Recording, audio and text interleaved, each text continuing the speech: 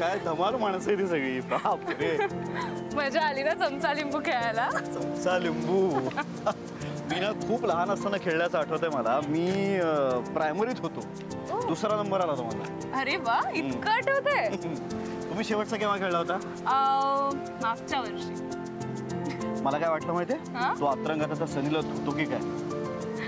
रामाश्रयाच्या बाहेरचं जर कोणी असतं ना तर नक्कीच धुतलं असतं. पण ही ना अप्पा काकांची शिकवण आहे, मारामारी करून काहीच होत नाही. उलट असं बघा की समोरच्या माणसाला त्याच्या चुकीची जाणीवही झाली पाहिजे आणि त्याचा इगोही दुखावला नाही पाहिजे. वा, हे छान जमतं तुम्हाला.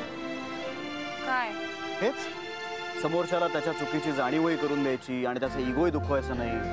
मला नाही जमत बुवा हे असं डिप्लोमॅटिक वागणं. माझं सगळं एकदम सडेतोड असतं. हो, पण म्हणून मी काही डिप्लोमॅटिक नाही वागत. बरं, हे असं काय इथे नेहमी असतं का? नेहमीच चालतं म्हणजे? हे एखाद्याची काही चूक झाली तर त्याला चुकीची शिक्षा म्हणून अशा शिक्षा देता तुम्ही? हो, जे कधी झाड लावतं, कधी माडावरचे नारळ उतरव, कधी कधी बेडूक उड्या मार, तर कधी एका पायावर उभा राहा. आणि मोस्ट ऑफ द टाइम ना या सगळ्या शिक्षांमध्ये आप्पा काका स्वतः सामील असायचे. वेगळाच माणूस होता तो. सगळ्यात मोठेही तेच असायचे आणि सगळ्यात लहानही. बापरे, नाही म्हणजे आप्पांबद्दल जेवढं ऐकावं तेवढं कमीच आहे आणि जे ऐकावं ते नवलच आहे. आणि आप्पांच्या तालमीत तयार झालेले हे सगळे एक नमुने. पण गौरी, खरं सांगू, मला नाही सगळं आवडायला लागलं. रिअली? हा, म्हणजे या सगळ्या चमत्कारिक लोकांची सर्कस मला आवडायला लागली आता.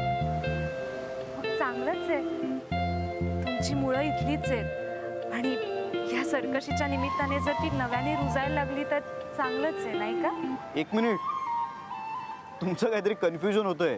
तुम्ही जरा वेगळा अर्थ काढताय. नाही, मी हे सगळं एन्जॉय करायला लागलोय, ही माणसं मला आवडायला लागली आहेत, पण याचा अर्थ असा की मला यांचा निर्मळपणा आवडायला लागला आहे. यांचा जो सच्चेपणा आहे ना, त्याची मला गंमत वाटते. याचा अर्थ असा मुळीच नाही की मी आता इथलाच झालोय. मला मान्य आहे की माझे पूर्वज इथले आहेत, पण I am born and bought up in Mumbai. हो, पण याचा अर्थ असाही नाही की मला मुंबईकर म्हणून घ्यायला आवडतं. मी एक शिपी आहे आणि म्हणूनच मला एक ग्लोबल सिटिझन म्हणून घ्यायला जास्त आवडतं आणि मला अभिमान आहे त्याचा.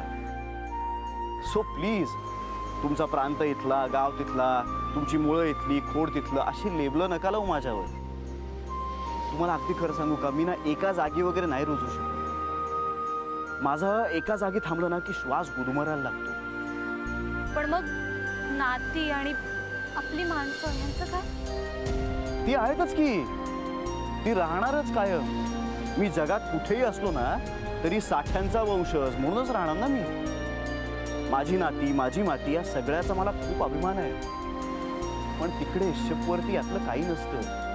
ही नाती, ही माती, याचा काही अर्थ नसतो तिकडे. कितीही नाती, कितीही माती पचवून घेण्याची ताकद असलेलं समुद्राचं पाणी.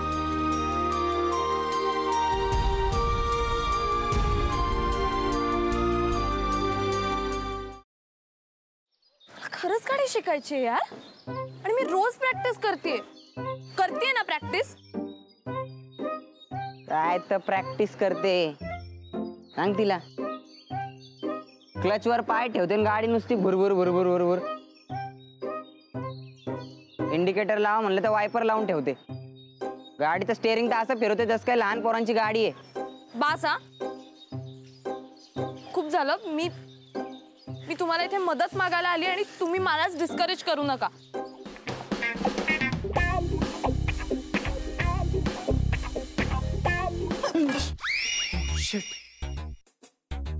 तू पण इथे लपलीयस?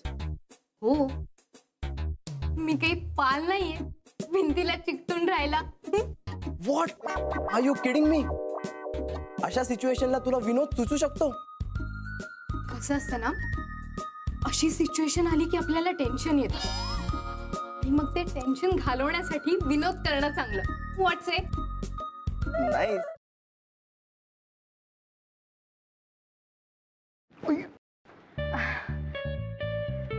सॉरी. It's okay. हे एक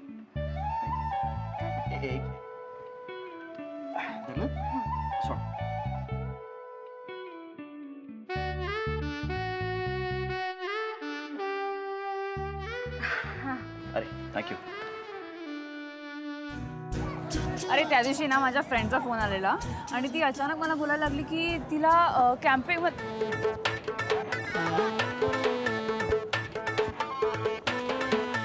काय करतोयस? मी पळतोय.